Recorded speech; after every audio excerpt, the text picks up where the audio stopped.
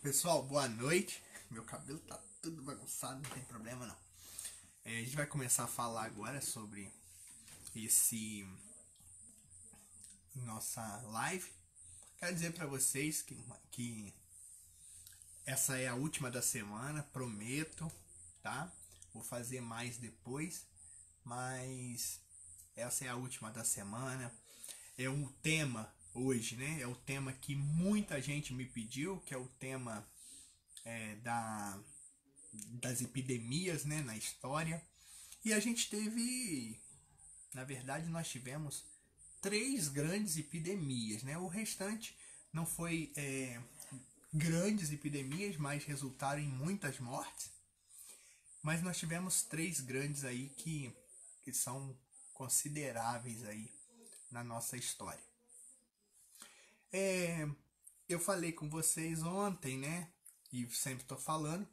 Pessoal, a gente tá aí com um grupo aí, a Tati tá fazendo um grupo aí, arrecadando alimento aí pro pessoal que é carente. Quem puder colaborar aí, tá? Será muito bem recebida aí a doação de vocês, tá? Nós precisamos ajudar quem tá mais necessitado nesse momento, né? Porque a gente sabe que essa epidemia resultou um problema na economia, tem muita gente parada. E aí a gente precisa muito ajudar a galera aí que tá precisando, tá bom? Eu separei uma biografia sobre epidemias para vocês poderem ter uma ideia, né? Essa daqui, ó, é a biografia. Aqui eu vou ter 4 livros, tá? E como é um assunto bem pesado e tem muito número, eu também fiz um rascunhozinho, que é o que eu vou trabalhar com vocês hoje. E assim, a gente vai começar a trabalhar esse tema, que é um tema pesado, tá, pessoal? O tema de epidemia é sempre muito pesado. E é uma epidemia na história, tá? Pessoal, falar para vocês de antemão, eu não vou falar sobre coronavírus. Porque coronavírus é um movimento de agora, então ele ainda não é histórico, ele é presente. Então a história ainda não trabalhou com ele. Talvez daqui a 2, 3 anos já se dá para trabalhar com ele. Mas ainda não se dá para ter um diagnóstico sobre a história do coronavírus. A gente já sabe tudo que todo mundo sabe, que ele veio da China. Agora, como ele surgiu, de que forma ele surgiu, a gente ainda não sabe. Sabe muito pouco. E talvez nem vamos saber por agora, porque a China ainda é um país comunista, então ela ainda é muito fechado, né, no seu comunismo. Ela é um país comunista de economia capitalista. Então, o que acontece lá dentro a gente não fica sabendo, né? A gente só sabe do movimento econômico dela. Então, isso também é complicado. Então, talvez daqui a pouco a gente vai ter notícias aí do corona na história. Mas, por enquanto, a gente vai trabalhar apenas com os que existiram aqui e que já entraram para a história, tá? Vamos lá, então, começar aqui com os livros, tá? O primeiro livro que nós vamos trabalhar é o livro da Mary Del Priore. Eu já falei dele ontem, estou falando ele de novo. História do Brasil. Por que mais que nós vamos trabalhar o livro da Mary Del Priore, Breve História do Brasil? Porque a Mary escreveu sobre a sociedade. Lembra que eu falei ontem? Então, por ela ter escrito sobre a sociedade, ela relata coisas aqui de epidemias que nós tivemos no Brasil, tá? Como a gripe espanhola. Para a peste negra, nós vamos trabalhar o Jacques Le Goff. Jacques Le Goff, ele fez esse livro Em Busca da Idade Média, ele tem a Idade Média, e esse livro ele dá dados fantásticos sobre a peste negra. É nesse livro que fala quem achou a cura para a peste negra, inclusive.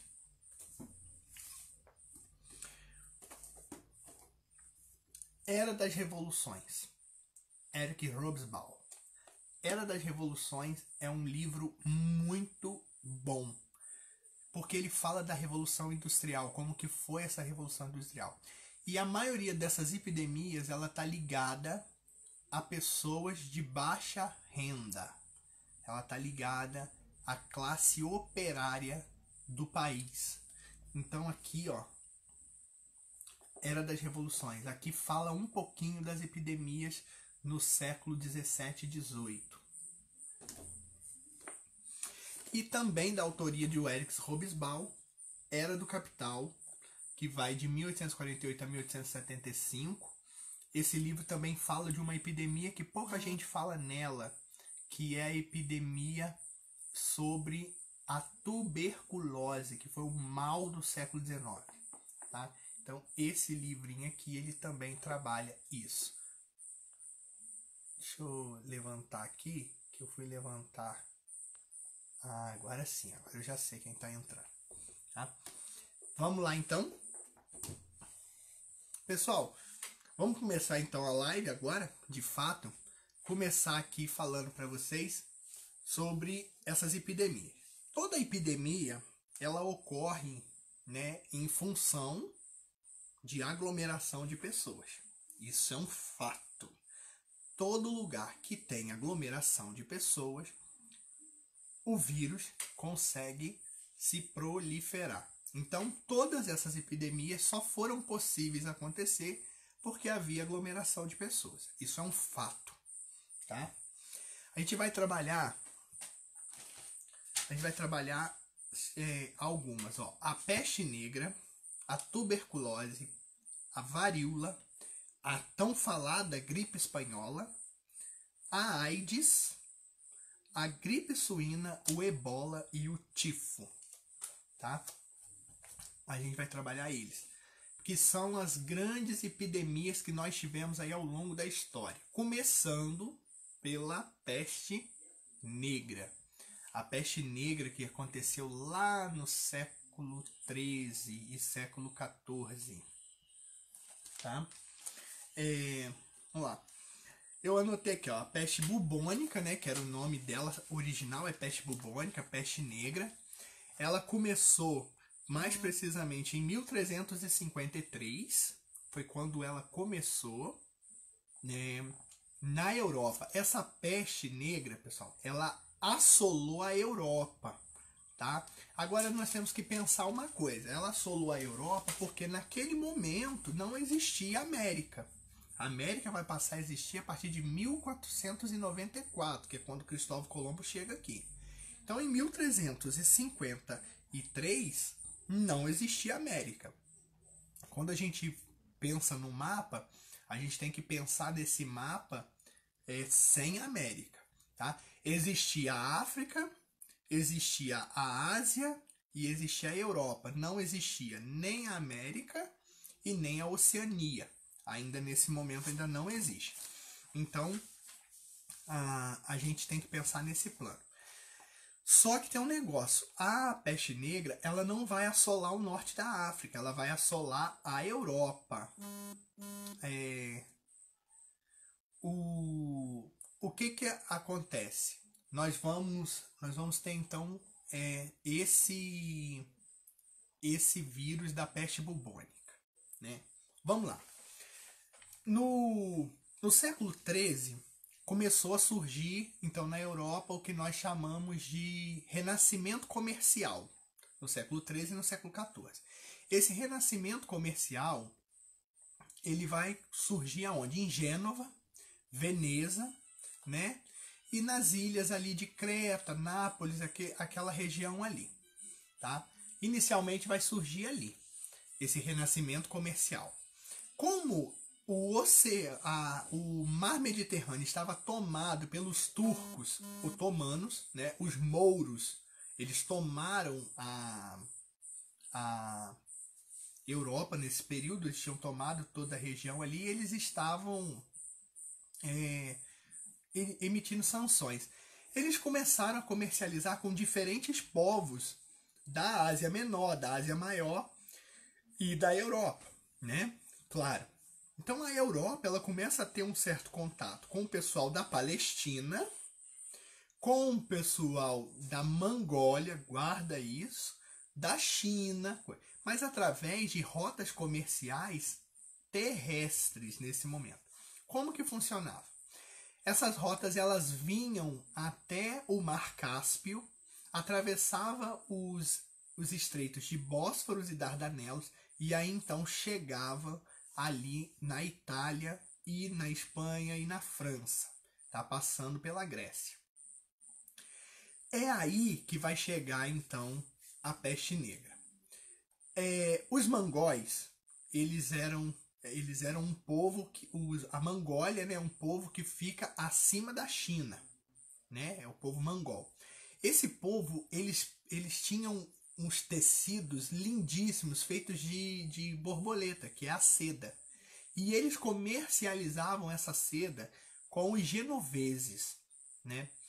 Então, em 1353, veio um navio trazido pelo Bósforo e aportou ali em Gênova, tá? O que vai acontecer? Dentro desse navio veio tecidos e utensílios que os mongóis traziam para o comércio ali na Europa. É nesse momento que a peste negra aparece. Por quê? Junto com eles vieram ratos. Até aí, normal, todo lugar tem rato, né, gente? Mas esses ratos, eles possuíam pulgas e carrapatos que traziam nele a doença. Márcio, mas se era em rato e coisa, não tinha nada a ver. Tinha por quê? Quando a gente fala de uma Europa, a gente pensa que a Europa sempre foi esse berço da civilização, né? A gente olha para a Europa, a gente acha que a Europa sempre foi magnânima, né? Sempre foi com esse absolutismo todo, esse requinte, né? Essa cultura toda. Nem sempre foi assim. A Europa, ela passou por tanta guerra, mas tanta guerra, que houve uma disseminação de cultura entre culturas. Então houve sincretismos culturais enormes ali na Europa, tá? Nesse período de 1353 da peste negra, é quando a Europa ainda estava se formalizando, ela está no renascimento comercial, mas ela ainda é feudal. E o que lhe tornava feudal?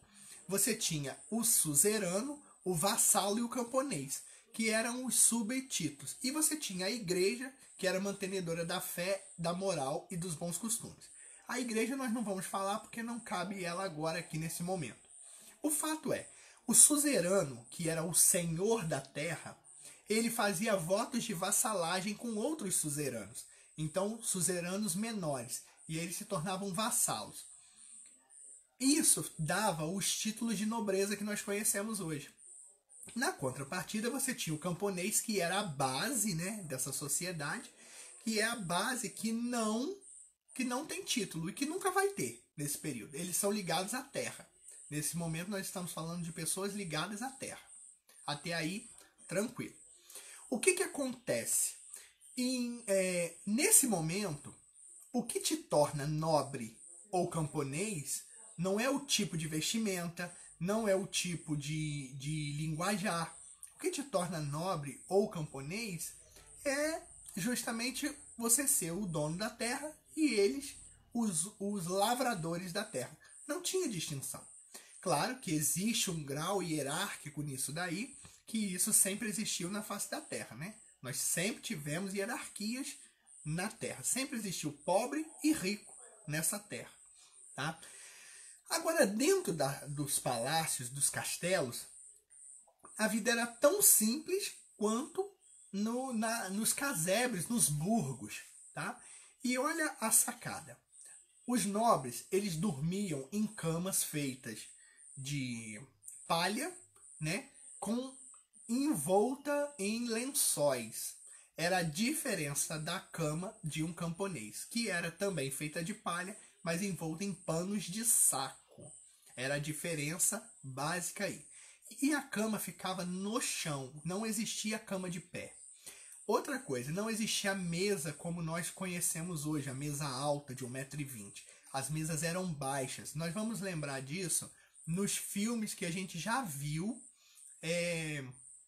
de chineses e japoneses, que as mesas são baixinhas. Aquilo era na Europa também.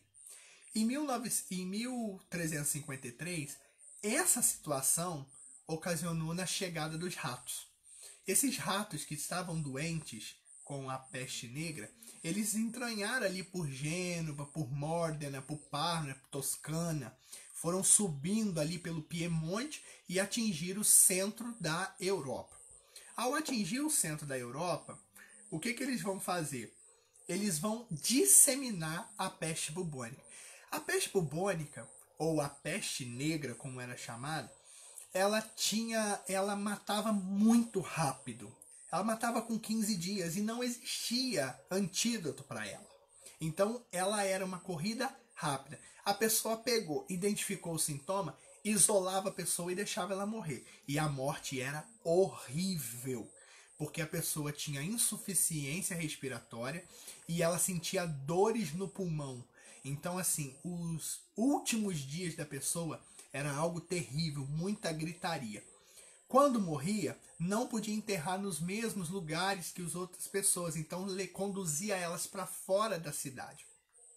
Nesse momento, a igreja começou a falar que era Deus castigando a Europa pelos seus pecados.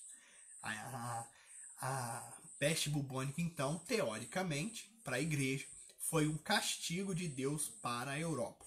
Tá? Para quem não sabe, a peste negra durou 7 anos. Ela começou em 1353 e acabou em 1346. Então ela durou exatos aí... Ela começou em 1346 e acabou em 1353. Ela durou aí 7 anos de peste para vocês. E foi o suficiente para matar 1/3 da Europa.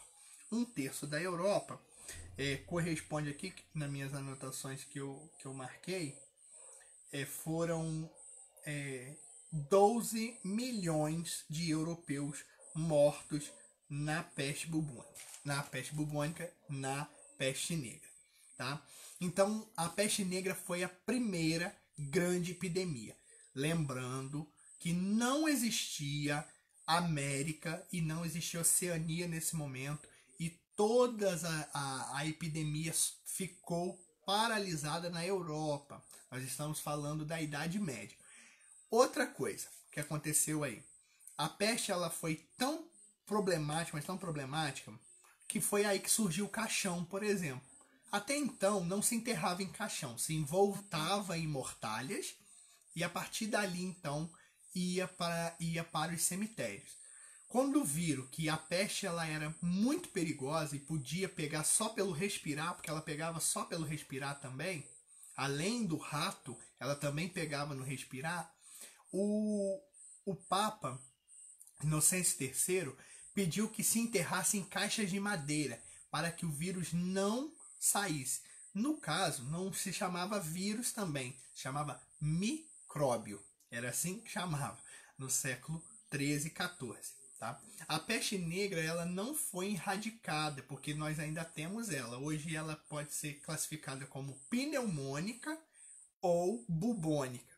E aqui no Brasil ela é transmitida pelo barbeiro. Né? Casas de pau a pique, sempre tem aí barbeiro. O barbeiro é um grande proliferador da peste bubônica e pneumônica. Existe tratamento hoje, mas naquela época o tratamento era astrológico.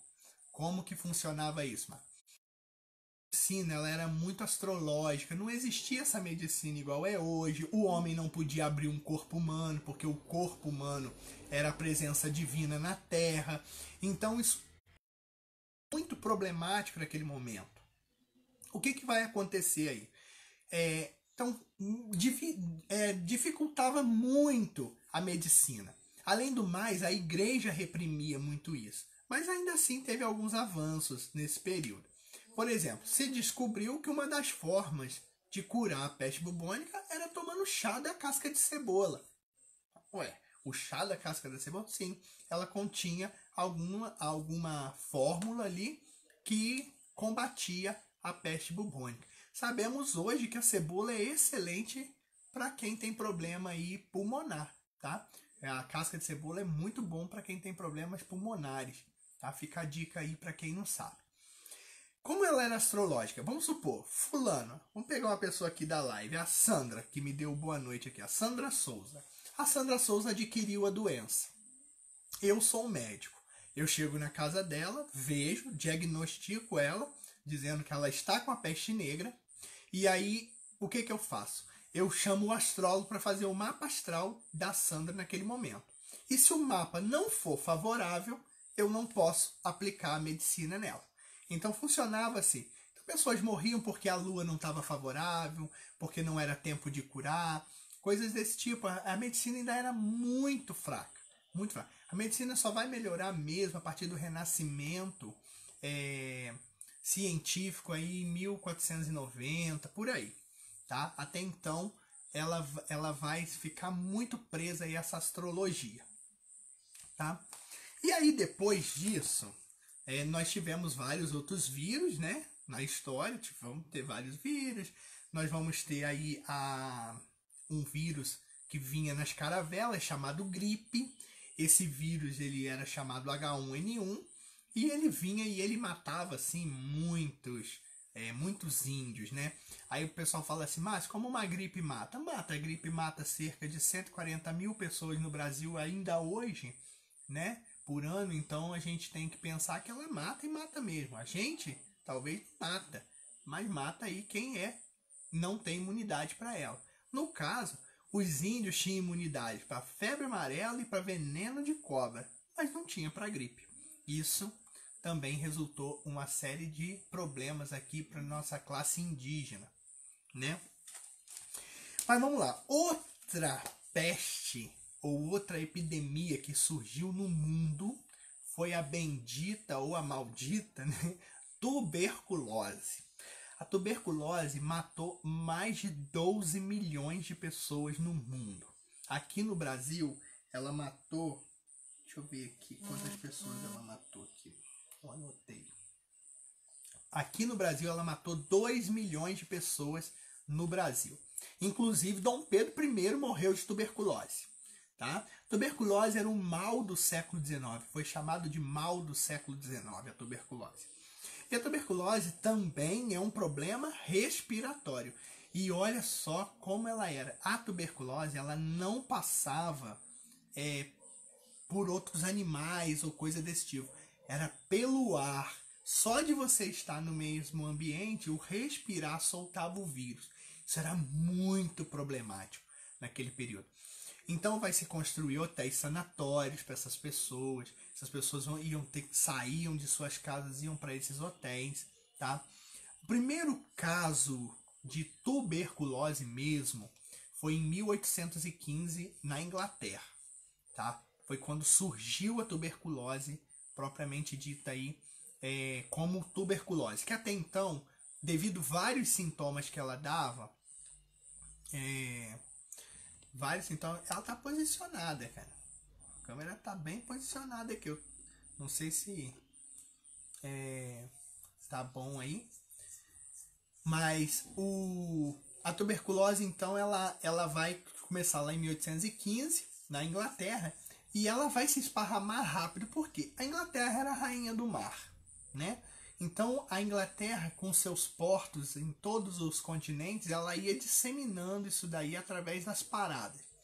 E a tuberculose também, nesse primeiro momento, ela não tem cura mesmo. A cura dela era leite quente, acordar cedo, ar muito puro, ar gelado, para tentar amenizar as dores. Mas ela não tinha, assim, muita cura. Era poucas pessoas que conseguiam se livrar da doença. Até porque... Não, deixa eu ver aqui.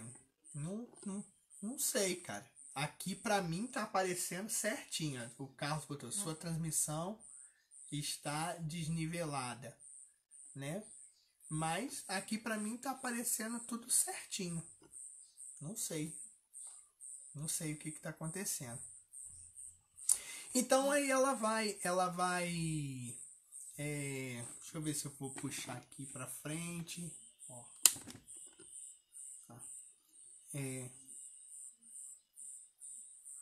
Isso daí, transmitida pelo bacilo de Roque. A tuberculose, ela vai chegar aqui no Brasil, né, a partir de 1820, e ela vai ganhar os guetos brasileiros, porque ela gostava de lugares úmidos, né? O local é... Ah, tá. Ela gostava de lugares úmidos aí na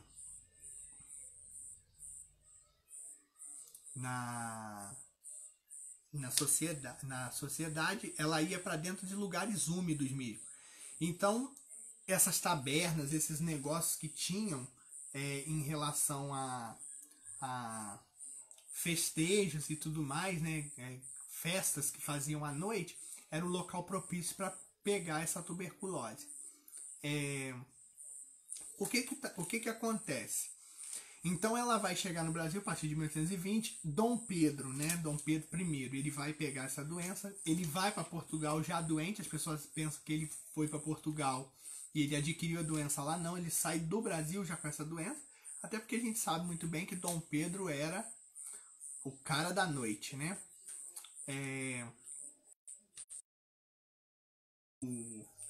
O que acontece? Então, vai ficar aqui no Brasil durante muito tempo. Só em 1921 que a tuberculose então vai começar a ganhar caráter de cura. 1921. Em 1900 isso aí. Em 1921 ela vai ganhar caráter de cura e aí ela vai de fato começar então a ser tratada. Hoje a gente sabe muito bem que a tuberculose ela tem cura, né? São 6 meses de tratamento e a pessoa fica bom direitinho sem perder o fôlego, porque a tuberculose faz perder o fôlego, né? Isso também tem, tá? Pessoal, quem quiser pode perguntar, fica à vontade aí, tá? A live é de vocês, eu tô aqui só como mentor, mas vocês podem perguntar à vontade aí, tá? Podem também fazer suas sugestões aí, tá? Em 1906 foi inventada a BCG, né? Que é aquela vacina que nós tomamos. Ela previne a tuberculose também, tá bom? Agora vamos lá para uma epidemia que nós tivemos no mundo, que veio assolando o mundo desde antes de Cristo. Ela é chamada pela gente de varíola. A varíola. A varíola é o vírus mais velho que nós tivemos no mundo. E ela foi erradicada. Graças a Deus. A tuberculose é transmitida em lugares fechados e com aglomeração. Com certeza. A maioria desses lugares que atacam o pulmão é transmitida em lugares com muita aglomeração, tá? Porque aí pelo respirar passa aí pra galera, tá? Então a varíola, gente, a varíola foi a peste da peste, tá? Conservatória era um lugar de tratamento, sim, Carlos. Conservatória tinha um hotel chamado Hotel Sanatório, que é onde hoje fica a Escola Municipal Maria Medianeira, tá? Ali era o Hotel Sanatório, funcionou de 1912 a 1930 como hotel sanatório. Em 1930 passou por uma reforma, virou um novo hotel. Foi vendido em 1951 para o padre João Pedron, onde se tornou em 53 a Escola Municipal Maria Medianeira. Mas Conservatória era um local de cura de tuberculose. Existiam fazendas também aqui que recebiam essas pessoas. Sim, Conservatória era um local de tratamento desses doentes, tá? Então vamos lá. A varíola é considerada a doença mais antiga da raça humana, tá? Ela já foi datada do ano de 430 a.C., ou seja, o século 3 a.C., já existia. Ela assolou uma humano, assolou o Império Grego ainda no período de Alexandre, quando Alexandre estava em Persépolis, na Pérsia, a Grécia estava sofrendo com a varíola. E a varíola, ela tinha uma característica, ela deixava o corpo todo marcado, cheio de mancha, cheio de bolha. E aquelas bolhas soltavam uma secreção. Aquela secreção, onde ela pegava, ela dava mais bolha ainda. Então ela era uma doença terrível, tanto no aspecto físico, quanto no aspecto emocional. Porque você ficava horroroso. Você olhava no espelho, você estava horroroso.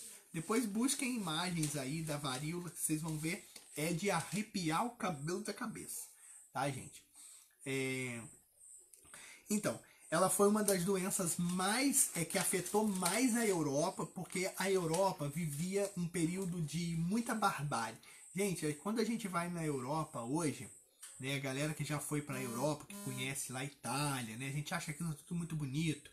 A gente acha Assis uma cidade linda, religiosa.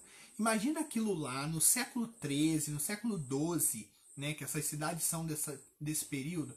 Imagina aquilo lá lotado de gente, sem higiene, porque não havia higiene, né? Então, vamos tentar imaginar isso. Então, eram os ambientes propícios a essas pestes, né? Essas coisas que aconteciam. Muita doença, tinha muita doença mesmo, tá? A varíola também fez a morte dos nativos no México. Quando Fernando Pizon chegou no México, ele chegou com um rapaz que tinha varíola na sua esquadra. E aquilo ali serviu perfeitamente para acabar com os nativos lá na América Central, né? Varíola, imagina, se a Europa, que já conhecia a doença, não conseguia combater, imagina os nativos aqui, né, da América, em 1500, que aí que não ia combater mesmo, não era conhecida deles. Então, o que acontece? A varíola, ela pega e ela chega aqui no continente americano através dos espanhóis, né? Os espanhóis, eles esparramam aquilo pela América Central e eles vão matar os incas, os astecas, eles vão matar aqueles chumentos que viviam ali pro lado ali da Califórnia, da Carolina do Sul, aquela galera toda ali, aquilo ali ainda pertencia à Espanha nesse primeiro momento. Então eles vão dizimar esses indígenas que viviam ali. O Paulo tá falando assim, guerra biológica. Guerra biológica, a gente usa esse termo, né? Ele parece ser muito novo, né? Na verdade, guerra biológica sempre ocorreu, né? Nós estamos vendo aqui agora, a varíola foi uma guerra biológica, né? Contra os povos nativos aqui da América. Era melhor do que gastar com pólvora, que pólvora tinha que comprar da China, né? A Europa não produzia pólvora, então tinha que ficar comprando. Então era melhor soltar um doente lá no meio, ele contaminava todo mundo. A varíola matava muito rápido, com 14 dias a pessoa já estava morta, sem tratamento, então rapidinho, a pessoa super vulnerável, então matava muito rápido. Era melhor do que matar a tiro. E você ainda saía como, não fizemos nada, né? Nós estamos aqui só observando, eles pegaram a doença, não posso fazer nada. Era assim que funcionava. Outra coisa que ele colocou aqui, os mongóis já usavam há muitos séculos. Os mongóis, né, durante muitos anos foi um problema para a China, tá? A ponto da China ter feito a muralha dela, né? Os mongóis, eles eram terríveis, né? E eles eram biológicos mesmo, eles jogavam mesmo, eles infectavam mesmo, né? Talvez daí que a China hoje está querendo infectar o mundo, talvez, né? Vamos ver.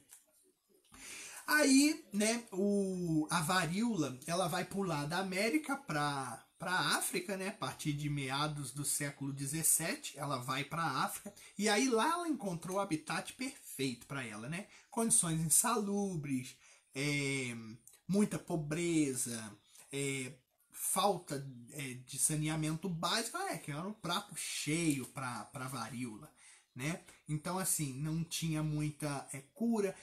Até aquele momento também não se preocupava também com os africanos. A África era olhada por todo mundo como uma grande colônia, o grande quintal do mundo era a África. Todo mundo mandava, todo mundo andava por ali, mas ninguém se importava com o que estava acontecendo. Essa que é a verdade aí da África. Então, até 1950 foi assim. A partir de 1950 é que nós vamos ter, então, aí um pensamento. Então começa uma vacinação contra a varíola e aí em 1977, de fato, a varíola vai ser erradicada do mundo. Então não temos mais casos de varíola. O Fausto está falando aqui, ó, os índios nativos primitivos no Brasil também foram dizimados pela gripe, aliada à escravidão e o genocídio também confere muito. Os portugueses talvez não trouxeram a varíola, mas a influenza, né, que é a H1N1, ela pegava o índio e ela matava. O índio ele tinha a cura para febre amarela, ele sabia o que usava na febre amarela e ele tinha a cura para o veneno das cobras peçonhentas que nós temos aqui. Que a cascavel é a terceira cobra mais peçonhenta do mundo. Mas não tinha a cura da gripe, porque não existia esse vírus aqui, não existia isso aqui, né? Então confere sim, ô Fausto. A escravidão e o genocídio também. A escravidão, né, ela traz também algumas doenças da África que não existia aqui, e os índios muitas das vezes eram colocados juntos. Os quilombos, quando eram formados em meio a tribos, acabava levando sim doença também para os indígenas. Dessa galera toda, quem mais sofreu foram os nativos, que não existiam essas doenças aqui, existiam outras, mas essas não existiam. E a partir daí, então, a coisa vai ficar bem feia mesmo aí para eles, né? Falando de África, temos que falar do ebola.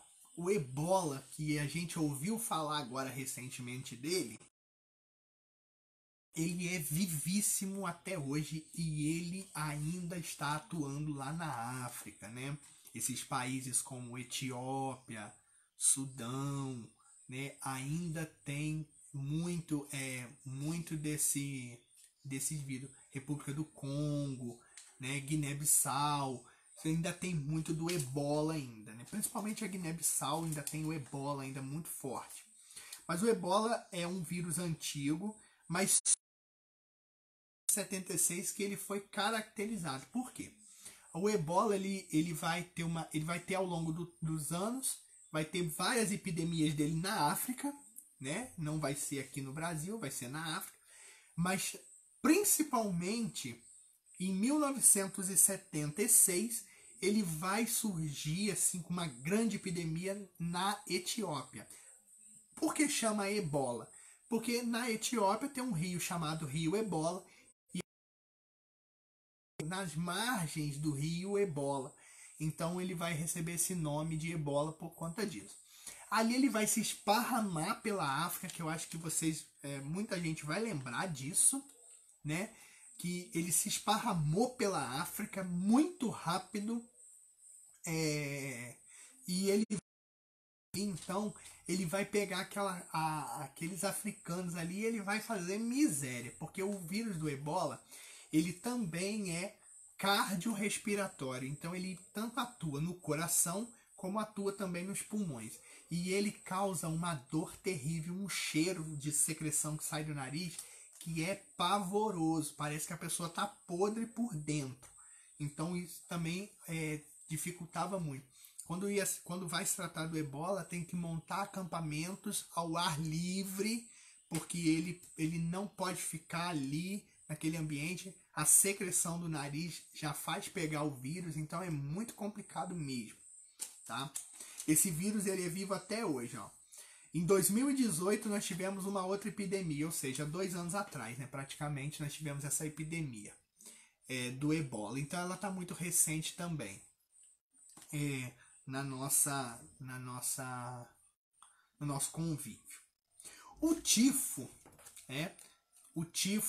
foi também uma outra doença, e o tifo ele é muito pouco falado porque ele ficou preso à Europa, né? Mas ele surgiu junto com a gripe espanhola, o tifo, tá? Vamos lá. O tifo, ele era transmitido pelo piolho, né? Piolho, gente, era o que não faltava nesse período aí do século XVIII, XIX e para baixo. As pessoas não tomavam banho, colavam a cabeça com óleo de baleia, gordura de porco. Então, assim, quando dava piolho, raspava a cabeça, colava a peruca. Então, assim, não havia um cuidado, né? Então, o piolho fazia parte da vida social das pessoas. Do pobre ao rico, todo mundo tinha. Quem não tinha, pegava na cabeça do outro e colocava. Era chique ter piolho no século XIX. Tô brincando, é uma forma de brincar, mas é para vocês poderem entender. Já daqui a pouco, tô chegando nela, Solange Reis, tô chegando na gripe espanhola. Então o tifo, ele vai surgir junto com a gripe espanhola. Só que o que acontece? Ele vai para a África, né, gente? A gente, quando vê a África sempre sendo assolada por essas epidemias, né? E ele surgiu no início do século XIX, inicialmente. Só que ele vai ganhar força mesmo em 1918. Para vocês terem uma ideia, em 1803, Napoleão teve uma incursão contra a Rússia. Essa incursão vai levar os soldados para a Rússia. Vai matar 20 mil soldados nesse período, para vocês terem uma ideia. Naquela ocasião não se tinha uma globalização toda para se saber que era uma epidemia. Mas ali mata, ele vai para a Inglaterra, ele mata também, ele vai para outros lugares, mata também. E ele vai chegar até 1846, que é quando ele vai para a Irlanda. Foi para a Irlanda, chegou no Reino Unido e esparramou para o mundo. Por quê? Em 1846, eles descobriram o tratamento para o tifo. Descobriram e começou o tratamento. Em 1918, nós estávamos no final da Primeira Guerra Mundial. Nos campos de concentração, o tifo foi disseminado na Alemanha e na Áustria. E aí, gente, foi aquele pega para capar. O tifo esparramou ali e aí você tinha duas doenças. A gripe espanhola de um lado matando, o tifo matando do outro. O tifo conseguiu controlar rapidamente em 1920, antes mesmo da gripe espanhola acabar. O tifo já estava controlado. Mas nós tivemos aí então a gripe espanhola, que é o que está todo mundo aí querendo saber, né? Que foi a segunda maior epidemia da história. Tá? A gripe espanhola, ela começa por quê? Que era uma espécie de influenza. Ele não é uma influenza, mas é um tipo de influenza. Ele vai para os campos de batalha. Chegando lá, as condições insalubres desses campos, porque para quem não sabe, a Primeira Guerra Mundial foi a guerra mais sangrenta e violenta da nossa história. Nunca se morreu tantas pessoas como na Primeira Guerra Mundial. Nem a Segunda foi tão violenta quanto a Primeira, porque ainda não existia esse poder bélico da Segunda Guerra Mundial. Então, eram trincheiras, essas trincheiras se alimentavam mal, o inimigo ficava muito próximo um do outro, então isso também resultou numa série de doenças. Mas vamos lá. Tudo começa lá na Alemanha, nas trincheiras alemãs entre a França e a Alemanha. Eles fizeram lá no norte da França, né? Fizeram trincheiras ali. E ali então começou um vírus diferenciado a circular ali no meio daquele pessoal. A guerra teve o armistício em agosto, né, de 1918, vai ter o armistício da guerra, e aí então cessou-se a guerra. Aqueles soldados que estavam infectados com a influenza a influenza H1N1, eles vão para suas casas, vão voltar. Quem são esses soldados? Brasileiros, norte-americanos, ingleses, franceses, italianos, alemães, austríacos, russos, porque também estavam por ali, tá? E as colônias desses povos que viviam na África também foram para a guerra. Então aí vocês vão ver que a Inglaterra tinha colônia na África, a França tinha colônia, então eles foram para a guerra. Quando eles voltam para suas casas, eles voltam trazendo esse vírus, né? O epicentro do vírus foi na Alemanha, em Berlim, mas não foi divulgado no momento. Por quê? Tanto a Áustria e a França omitiram a doença durante os 5 primeiros meses dela, de 1918. Eles omitiram. Por quê? Por que vai omitir uma doença, mais? Por que omite? Porque você está dentro de uma guerra. Se você fala que você está com infecção viral no seu povo, você pode fortalecer seu inimigo e esse inimigo tentar te atacar, né? Então se omite. A Espanha, como estava neutra nesse momento, né? Porque a Espanha estava vivendo lá seu momento também de guerra civil, a Espanha deflagrou a doença. Daí chamar influenza espanhola. Porque quem deflagrou a doença foi a Espanha, tá? O epicentro na América foi em Nova York. Imaginem vocês que os soldados norte-americanos chegaram, né? Foi aquela festa lá em Washington, em Nova York, os vitoriosos da guerra, né? E aí, todo mundo se abraçando, a influenza espanhola pegava, ó, pelo nariz, tá? Beijinho no rosto, abraço, muito parecido com o que nós estamos vivendo hoje. Mãozinha, tá? Então, foi passando. Logo, ela explodiu. 1 mês e meio depois da chegada dos soldados, ela explodiu na América. A mesma coisa acontece no Brasil. A gripe espanhola teve 2 momentos e 3 tipos diferentes em 3 momentos no Brasil, tá? Esse primeiro momento, que vai de meio de 1918 a início de 19, ela vai chegar ao Brasil. Então, principalmente São Paulo e Rio de Janeiro, olha como as coisas estão muito parecidas, vão receber esses soldados vindo da guerra. Ali ela começou, então, o primeiro problema ali, no Rio. Ali ela começa a infecção. Sabia-se dessa doença? Não. Lembra que eu falei que a Alemanha, a França e a Áustria seguraram. Então, até então, ninguém estava sabendo. Os primeiros sintomas eram uma gripezinha, nada mais. Então, é gripe, vai passar, isso, aquilo, tal. Conclusão, não passava. Começava uma dor muito grande nas costas. Aquilo dava água no pulmão e a pessoa morria de, como eles diziam, de preula cheia, tá?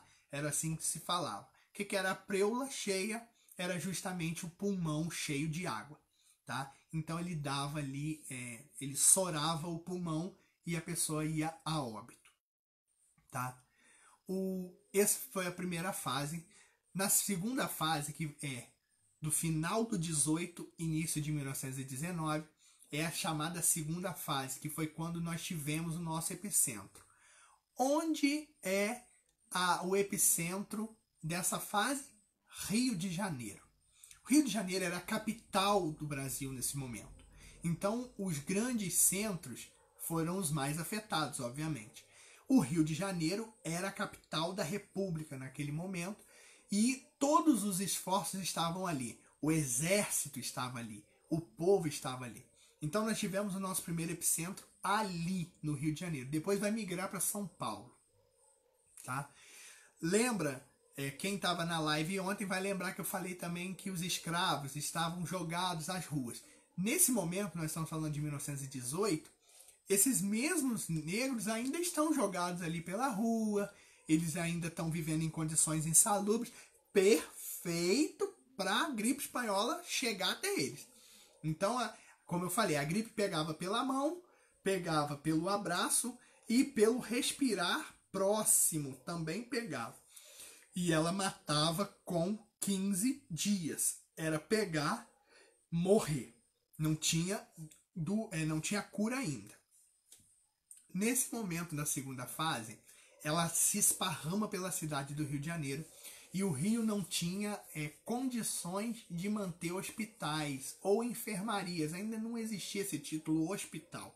Eram grandes enfermarias e santas casas de misericórdia. Tá? O que vai acontecer? Abarracamento de lugares, né? E esses lugares, como clubes, escolas, né? Eles vão ser transformados então em verdadeiros hospitais. E aí, o bacana é que os jornais da época, eles vinham exaltando muito a classe das enfermeiras, que foi a única classe nesse momento que não se omitiu. Ela enfrentou a doença e foi. Não existia máscara como existe hoje. Se fazia máscara de pano, amarrava. Então as pessoas passaram a andar com essa máscara, né? No final do 18, início do 19. Tá? Mas as pessoas continuavam andando na rua. Isso fazia com que a doença proliferasse mais. A partir de maio de 1919, a doença ela vai começar a subir a serra e invadir os outros estados do Brasil, tá? E aí, gente, foi calamidade, porque não chegava recurso nas cidades menores. Todos os esforços eram Pernambuco teve muitos casos de influenza espanhola e Salvador. Então se concentrou os esforços nessas cidades. As cidades do interior não tinham recurso. E aí vai ser a sacada aí dos médicos brasileiros. Eles vão se reunir, ainda não existia um conselho, né, nacional de medicina, né, nesse momento. E eles vão se reunir e eles vão perceber que medidas mínimas eram feitas e podia acabar aí com o vírus. Quais eram essas medidas?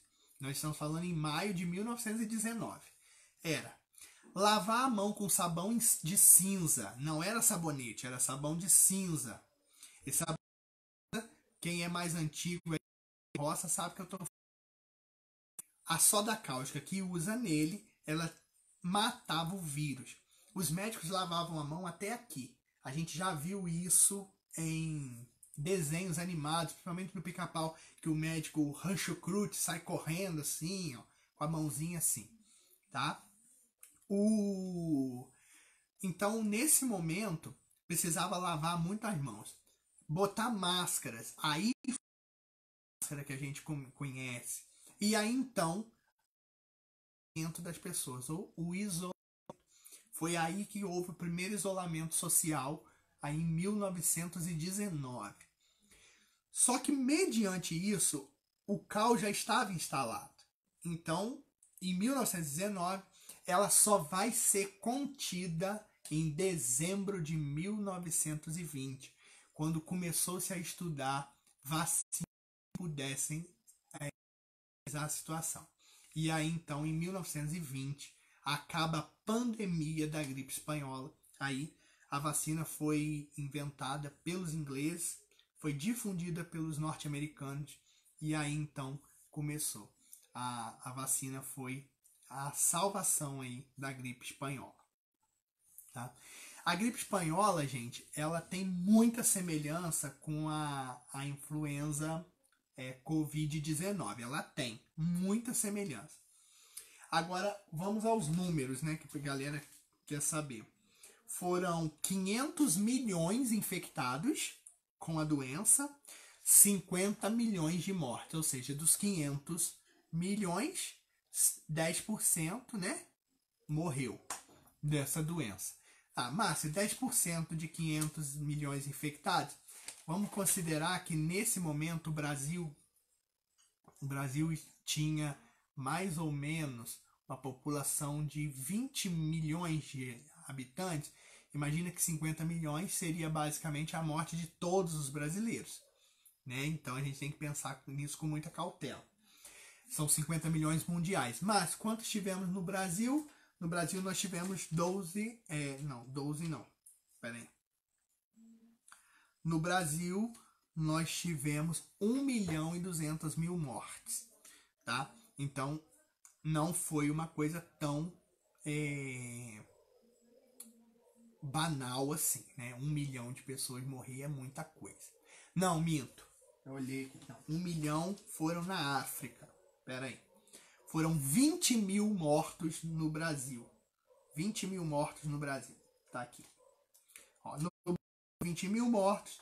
Em toda a África, 1,5 milhão. Tá? Na Europa foi onde matou mais, né? Que foram cerca aí de 25 milhões de pessoas, né? E há ainda pessoas que falam que chegou a 100 milhões de mortos, tá?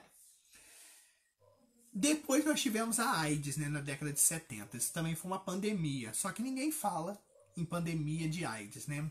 A AIDS, né, nos anos rebeldes, nos anos de 1970, ela assolou os jovens. A AIDS mata, Márcio? A AIDS não mata ninguém. A AIDS, ela apenas tira a imunidade do corpo. E aí uma gripe comum mata a pessoa.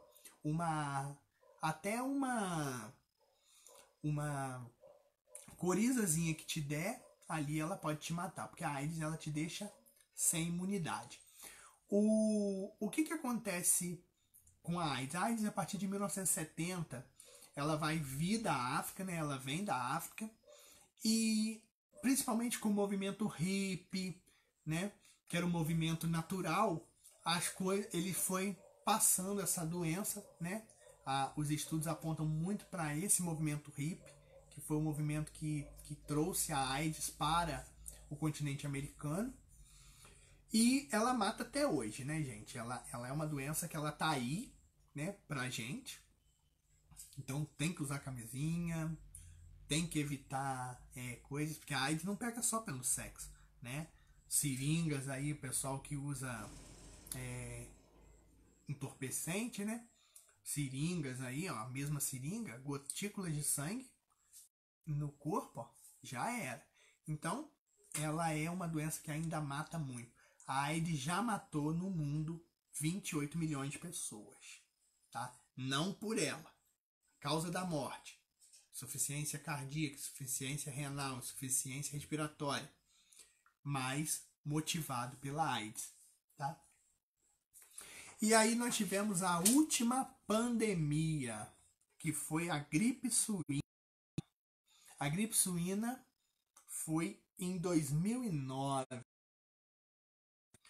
Ela foi no México, embora inicialmente lá na China. A China aí de novo. Peraí, o Fausto colocou um negócio aqui, ó. A revolta da vacina no Rio de Janeiro contra campanhas sanitaristas de Oswaldo Cruz. Você poderia falar sobre o fato histórico? Vou falar aqui rapidinho. Okay. O vírus HIV se reproduz justamente nas células de defesa. Isso aí. Então ele consegue fragilizar as células de defesa, e aí então ele deixa o seu sistema imunológico fragilizado. E aí qualquer doença você pega. Revolta da vacina foi contra a varíola. O Oswaldo Cruz é muito mal lembrado na nossa história, gente. Ele tem um valor tão grande, ele tem um valor muito grande fora do país e aqui muito mal lembrado, né? Oswaldo Cruz, ele era um sanitarista e ele percebeu, né, que existiam medidas simples que podiam acabar com doenças. Ele que vai incentivar a população a lavar mais as mãos, a passar o álcool etílico, que ainda não se tinha essa dimensão de álcool 70. Faz tudo. E ele vai perceber que a população precisava ser vacinada, né? Em 1909, então, ele inicia uma campanha de vacinação. Só que os jornais da época diziam que as vacinas elas traziam bem e mal. Olha como que funciona, de repente, a mídia. Infelizmente é dessa forma. Naquela ocasião não existia WhatsApp, Facebook, nada disso. Mas os jornais, 50%. 50% dela é positivo, 50% é negativo. Como assim? A vacina, os jornais notificaram as pessoas dizendo que as vacinas eram vírus enfraquecidos, tá? E a partir daí, que é a verdade, vírus enfraquecido. Só que a partir daí isso causou a dúvida nas pessoas. Se ele é enfraquecido e se ele entra no meu corpo não está imune totalmente. Então ele vai fazer uma arruaça. E aí começa então uma briga, né? Principalmente entre a classe mais baixa, começam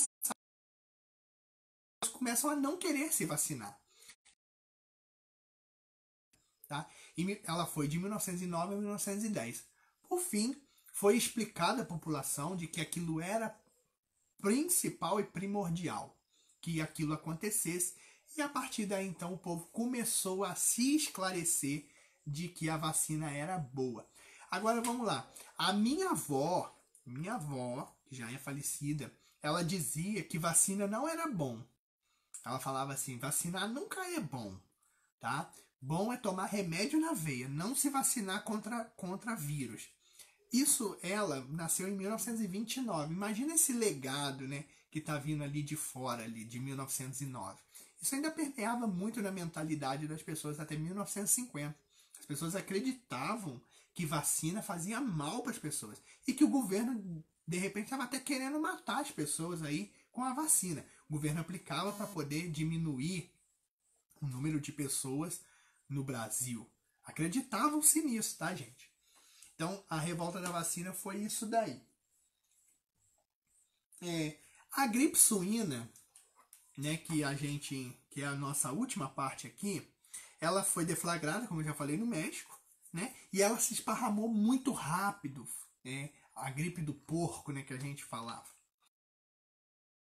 A gripe suína foi uma pandemia, mas a gente quase não ouve falar nela assim como pandemia. E muita gente nem lembra dela, né? E ela foi tão pertinho da gente, né? Tem 10 anos que ela aconteceu, né? E de repente a gente nem lembra dela, né? Que foi a gripe suína. Veio da China, como eu falei, e ela era um tipo de gripe A H1N1, né? Então ela era uma influenza A H1N1, que era a gripe suína. Ela foi um período curto, ela vai de março de 2009 a junho de 2010, foi o período da pandemia, o período de... E ela infectou 700 milhões de pessoas, tá? Mas morreram somente 151 mil. Mas somente 51 mil pessoas morreram? É gente pra caramba, tá? Mas como que foi feito a salvaguarda dessa doença? Colocou os idosos para dentro de casa, trabalhar, lavava-se as mãos, as recomendações, uso de álcool 70, que agora já existe, e aí as pessoas podiam viver normalmente. Mas, quando chegasse em casa, não podia entrar com sapato, chegou em casa, não podia cumprimentar ninguém, ia direto ao banho, colocava aquela roupa não no cesto, como as pessoas pensam que era, colocava em sacos e lavava a roupa imediatamente, porque o vírus circulava pela rua nesse momento, tá? Então, essa gripe suína, né, que foi a gripe de 2009, ela ocorreu aí no governo do Lula e a mídia, ela fez uma campanha muito parecida com essa que nós estamos vendo agora, que é a campanha do Fique em Casa. Só que eles não falavam Fique em Casa, falavam o Juntos Somos Mais Fortes. Era uma campanha que foi feita pela mídia, e aí o povo tinha todo esse tratamento. Desses 50 mil mortos, eu vi, depois quem quiser também pesquisar na internet, é muito bacana, esses 151 mil, mais, teve um pouco a mais, né? 151 mil mortos, 60% era idoso, tá, gente? Entre 70 e 100 anos, tá? Então, que já é uma idade que de fato o corpo já está mais fragilizado mesmo, infelizmente, né? A gente chega à idade, então o corpo ele está mais fragilizado mesmo. Tá? A gripe suína, então, foi a terceira maior pandemia que a humanidade enfrentou, historicamente falando. Tá? Pessoal, tem alguma pergunta que você pergunta sobre outras coisas também que vocês queiram saber também? Boa noite, Rita, tá chegando agora. É bem interessante essa história das pandemias. Eu não gostaria de ter falado nelas, mas o pessoal ficou pedindo muito sobre a pandemia. Acabei lembrando, gente, que todas essas epidemias só ocorrem por causa de aglomeração. Tá? A maioria dessas epidemias, elas eram passadas através do respirar. A gente tem que tomar certos cuidados, né, ao ir para a rua por causa disso, tá? Não estou aqui julgando nenhum ato do que está acontecendo agora, só estou mostrando para vocês o que foi na história, tá? Esperamos que não tenhamos essas baixas como as outras epidemias tiveram, tá? A gente pede a Deus, né, que nos ajude aí, que não venhamos a ter tantas baixas como as outras, né, igual a gripe espanhola, que matou muita gente, né? Pensar 50 milhões de pessoas morrerem é muita coisa, né? Então, assim, a gente precisa refletir, né, sobre o que aconteceu para ter uma perspectiva do que está acontecendo agora. Mas aí eu queria ver com vocês, se vocês têm alguma coisa, né, para acrescentar, para falar. Estou aqui à disposição. Hoje a live não foi tão grande quanto as outras. Eu nem sei quantas horas é agora, mas eu acredito que ela não foi tão grande. Deixa eu ver aqui. Hoje ela não foi tão grandona, não. Hoje ela tá aí com 1 horinha só. Mas eu acho que dá uma clareada boa aí para vocês. A Márcia entrou ali, ó. Boa noite, Márcia. Tá? Aglomeração e ausência ou precariedade das condições sanitárias básicas. Isso aí, Fausto. Fausto é um cara que participa, que é bacana, eu gosto disso. É isso aí, ó. A aglomeração é um problema. A ausência e a precariedade de condições sanitárias. Isso também é um problema. Sabe por quê? Vírus adora sujeira, gente. Né? Eu vi um negócio no Facebook sobre isso e eu achei muito interessante. Você tá em casa, limpa a sua casa. Dá uma limpeza geral aí. Aproveita que a gente está nessa quarentena, dá uma limpeza geral. Mas você tá me chamando de porco? Não. Tô te chamando de cauteloso. Vírus. A gente está falando hoje do coronavírus. Mas a gripe tá por aí. Gente, abril e maio é mês de dengue. Tão lembrado disso, né? Abril e maio é a festa da dengue. Então a gente tem que prestar atenção nisso. A gente está aí, ó, diante de uma epidemia, né, que veio lá de fora, uma epidemia internacional, mas nós temos as nacionais nossas, a dengue, febre amarela, zika vírus, chikungunya. O Aedes aegypti está aí, gente. Ele não morreu não, ele ainda está por aí. Então a gente tem que prestar atenção, não deixar água parada, não deixar água entulhada assim em ambientes que possam favorecer o crescimento e proliferação do mosquito, né? Isso tudo a gente tem que pensar, né? As coisas, né, sobre esses vírus é como o Fausto ali botou, aglomerações, precariedade sanitária. Pessoal, o povo brasileiro, infelizmente, ele adquiriu uma cultura ao longo dos 4 primeiros séculos de Brasil, que é de jogar as coisas na rua. Isso tem uma explicação histórica para isso, não vou falar agora, mas isso tem uma explicação histórica. O fato é, o povo joga as coisas na rua. Então a gente joga pneu, joga sofá, joga de tudo na rua. Isso vira foco de doença, né? Dá rato, barata. Gente, barata é um bicho extremamente nojento. Barata é o que dá mais em cemitério. Quando você abre um túmulo, você não vê rato, você não vê verme, você vê barata, né? Então, assim, higiene é o primordial para isso daí, tá? E outra coisa, né, gente? A gente tem que ter higiene com a gente mesmo, né? A gente tem que se cuidar. Por exemplo, hoje eu postei uma foto, a galera falando da barba, né? Eu nem quis comentar lá não, mas eu passo álcool na barba todinha, tá? Eu passo. E outra coisa, a barba, ela é uma proteção da pele, ela já é própria para isso mesmo.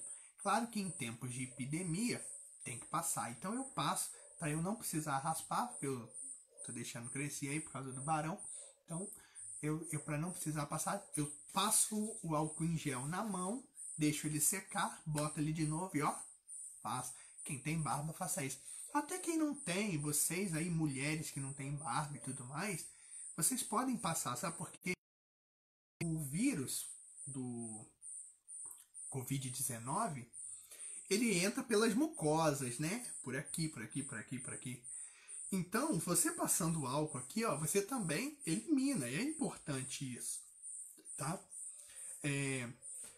A Luzinete botou ali, ó. Realmente, a higiene é um modo de prevenção também. Sem dúvida nenhuma. A higiene já auxilia aí em 40% na doença. Só de você ter a higiene, filho, 40% já está resolvido.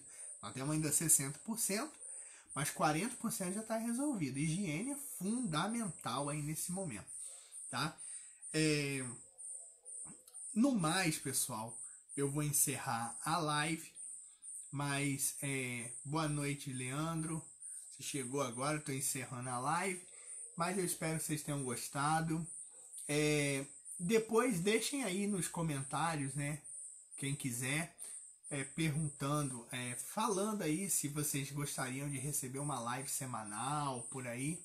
A gente pode fazer sim, marcar um dia da semana aí, fazer uma live semanal aí. De repente eu trago uns amigos quando o Covid-19 passar. Trago uns amigos, a gente faz aqui uma farrinha. Isso é bacana, tá? A gente fazer. O importante, pessoal, nisso tudo, né? O Covid ele não entrou para a história ainda, ele está sendo produzido na história, né? Mas o importante disso tudo, independente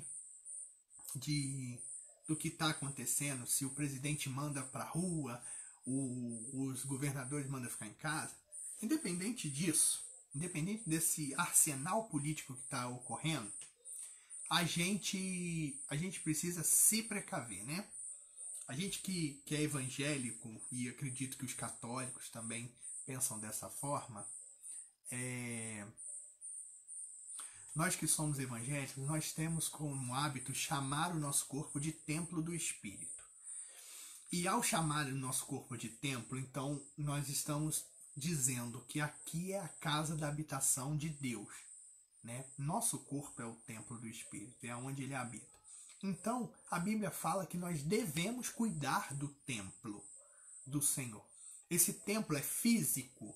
Não, esse templo somos nós. Então, vamos cuidar do nosso templo, né? Da sua morada, né? Quem é espírita sabe também o que eu estou dizendo, né? Essa habitação agora, né? Do corpo que você está aí quando se trata de espírita. E nós que somos evangélicos e católicos, nós já temos essa visão de que Deus nos deu esse corpo para que nós pudéssemos cuidar. Então a gente cuidando dele direitinho, se arrumando, né, de forma higienicamente falando, preparando esse corpo, a gente vai ter uma vida saudável e, consequentemente, nós vamos ter um espírito saudável também. Isso que é o mais importante. A Luzinete está pedindo para falar da Chiquinha Gonzaga numa próxima live. Com certeza a gente pode falar da Chiquinha. Chiquinha Gonzaga, gente, que mulher à frente do seu tempo. A gente pode falar das mulheres à frente do seu tempo aí na história, né? Mulheres empoderadas, isso também fica bacana, né? Nós vivemos tempos de feminismo, né? mostrar essas mulheres que se destacaram aí na história e até hoje elas são lembradas. Podemos falar de Chica da Silva, podemos falar de Chiquinha Gonzaga, Maria Quitéria, pouco falada sobre Maria Quitéria. Maria Quitéria foi fundamental para a Guarda Nacional Brasileira. Olha quanta gente bacana, Eufrásia Teixeira Leite lá em Vassouras, Léia Pentan em Valença, né? São mulheres, com certeza dá para falar assim sobre ela. Chiquinha Gonzaga, dá uma palhinha para vocês, foi a grande expoente da cultura brasileira. Tudo que nós temos em música hoje saiu da Chiquinha Gonzaga, né? Márcio, forró saiu da Chiquinha Gonzaga? Forró saiu da Chiquinha Gonzaga.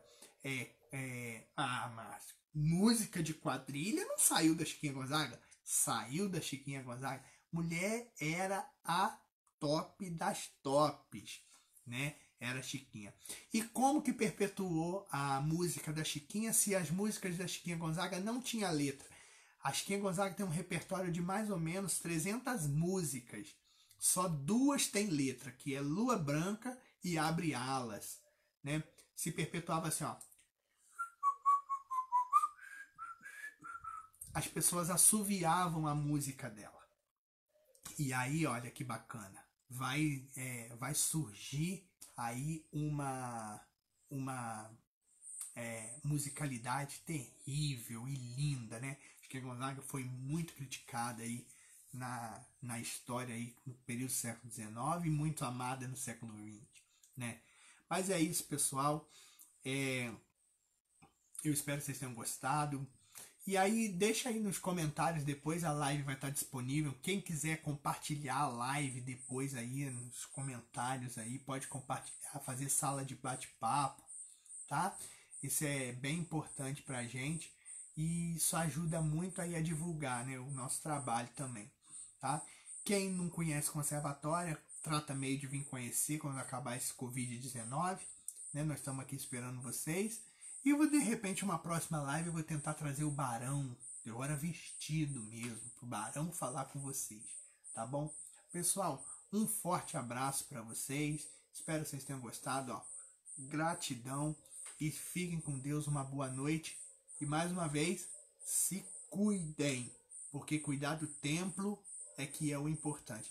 E cuida daqui, ó, da mente. Não fica só colocando coisa negativa, não. Coloca coisa positiva. E fé em Deus que tudo vai ser resolvido. Valeu, pessoal. Boa noite.